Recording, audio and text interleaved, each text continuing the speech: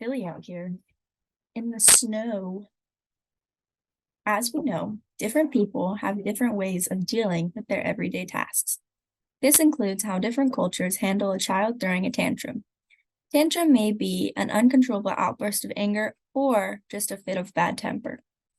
Looking at a specific culture way up north, the Inuit way may be the key in handling this type of undesirable behavior. The book Hunt Gather Parent was written based on the findings from Jean Briggs' research.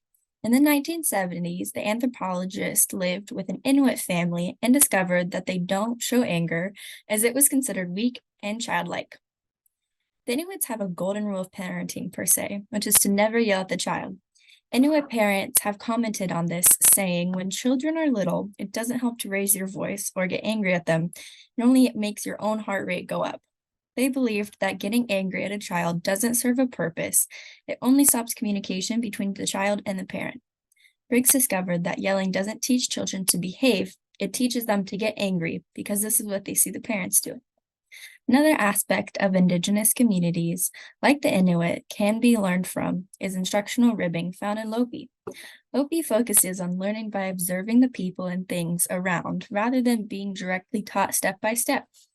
This teaches the young of the community to be community-minded and to collaborate with the family.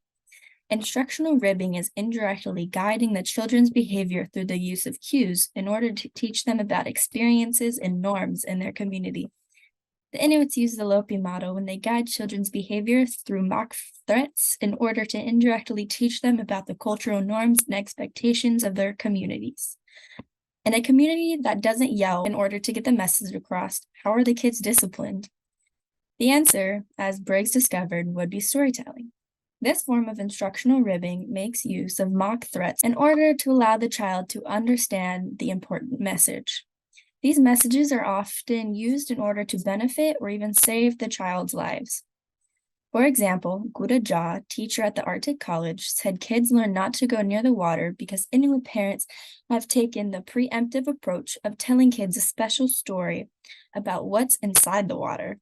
That a sea monster with a giant pouch on its back just for little kids will put you in his pouch, drag you down to the ocean, and adopt you out to another family if you walk too close to that water.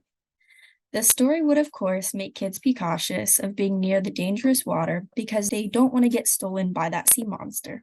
This clever parenting tactic allows the kid to know what not to do, and the parents didn't even have to say, don't go near that water. Parents don't have to get angry if their stories get the message across. If we can adopt these Inuit methods of never in anger and use storytelling to get our messages across, there never have to be a tantrum moment or yelling again. We know that children model what we do, and if we don't yell, they won't yell either. This message promotes harmony between parents and child, as well as the community, as there are no feelings of hostility. Adopting aspects of the Lopi model, like storytelling through instructional ribbing, would allow parents to not have to explain to kiddos why they should or shouldn't be doing something, because the message in the story will let them know how they need to act. Would you implement the Inuit ways into your own culture? Okay, guys, it's getting pretty bad out here, so I gotta go in my igloo. Bye.